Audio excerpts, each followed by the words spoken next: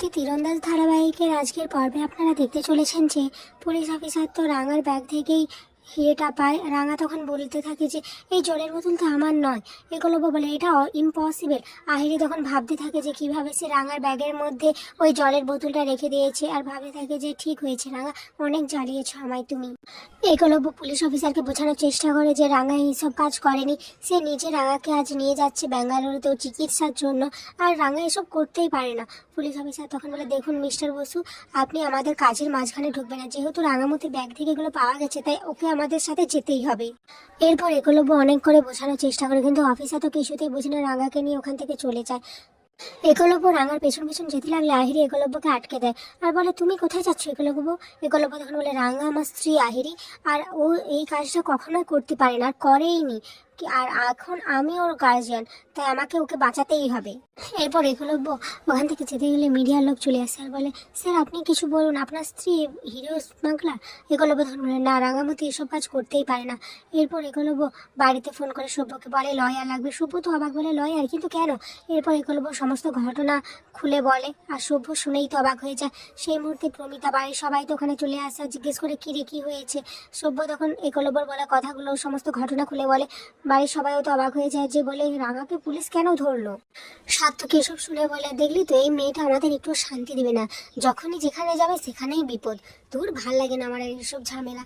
এদিকে রাঙার শাশুড়ি প্রমিতার তো এসব কথা শুনেই তো অবাক হয়ে যায়, সে তো মাথা ঘুরতে থাকে আর সঙ্গে সঙ্গে সেন্সলেস হয়ে যায়। তাকে এইভাবে পড়ে যেতে দেখে সবাই তো ছুটে আসছে চিৎকার করে প্রমিতার কাছে। এদিকে রাঙা তো অফিসারদেরকে বোঝানোর চেষ্টা করে বলে, অফিসার বিশ্বাস করে আমার কথা, আমার ব্যাগে এটা কেউ রেখে দিয়েছে, আমি কিন্তু এগুলো সম্পর্কে কিছুই জানি না, বিশ্বাস করে আমাকে। ওই যে মিসেস কলকাতা কম্পিটিশনে ওখানেও আমাদের ব্যাগের মধ্যে কেউ অস্ত্রশস্ত্র রেখে দিয়েছিল, আর আজকেও আমার ব্যাগের মধ্যে কেউ রেখে দিয়েছে, তোরা আমাকে একটু বিশ্বাস কর না। অফিসার তখন বলে, চুপ, একদম চুপ, একদম বাহানা দিবে না, আমাদের অফিসার লেডি অফিসার তোমার সাথে কথা বলবে, তুমি ওনাকে সমস্ত উত্তর দাও। এরপর সেই লেডি অফিসারটা রাঙার সাথে জিজ্ঞাসা করে যে বলো তো তুমি এই হিরোগুলো কাকে পাচার করতে, আর কে পাচার করতে বলতো তোমাকে? রাঙা তো চুপ করে থাকে, বলে আমি কিছু জানি না, আমি কিছুই জানি না, বিশ্বাস কর আমি কিছুই জানি না।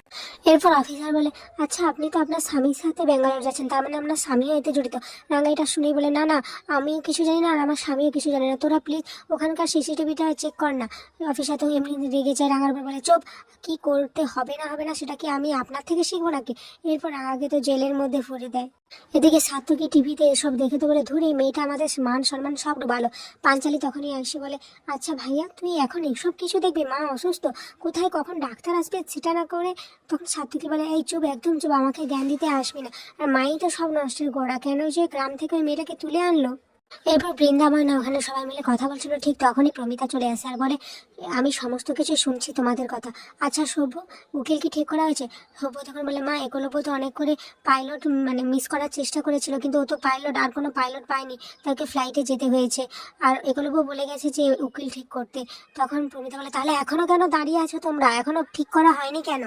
এরপর প্রমিতা কিছু টাকা এনে সবুর হাতে দিয়ে বলে, টাকা তো তোদের কাছে মেন ব্যাপার, বুঝতে পেরেছিলাম, এই নে টাকা, এবার উকিল অ্যাপয়েন্ট করে। এরপর তো সভ্য উকিল অ্যাপয়েন্ট করে দেয়, আর বৃন্দা ভাবতে থাকে, মা আর একলব্য যেটা ভাবছে আমিও সেটাই ভাবছি, রাঙা এই কাজ কিছুতেই করতে পারে না, কিন্তু কে চায় রাঙার ক্ষতি, কে করে করলো সে, কেনই বা করলো?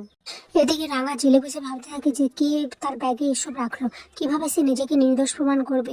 সে অফিসারকে ডাকতে থাকে, বলে, অফিসার এদিকে শুন, তোর সাথে আমার কিছু কথা আছে। অফিসার তখন বলে, দেখুন আপনার সাথে আমার কোনো কথা নেই, যা কথা বলবে আপনার উকিল বলবে। ঠিক তখনই রাঙার উকিল বলে যে, দেখুন আমি রাঙামতির অ্যাডভোকেট, আর এখানে রাঙামতি নির্দোষ। অফিসার তখন বলে যে, দেখুন আপনাদের যা বলার, কাল কোর্টে উঠবে কেস, সেখানে আপনারা যা কিছু করার করবেন। এদিকে রাঙা তখন বলে, অফিসার আমি নিজেকে নির্দোষ প্রমাণ করতে পারবো, আর আমার ব্যাগে যে ওই বোতলটা আগে থেকে ছিল না সেটাও আমি প্রমাণ করে দেবো। সব শুনে অফিসার তো অবাক হয়ে যায়, আর বাড়ির সকলেই অবাক হয়ে যায়, পাঞ্চালি, অঙ্কুর আর সভ্য। এখানে আজকের পর্বটি শেষ হয়েছে।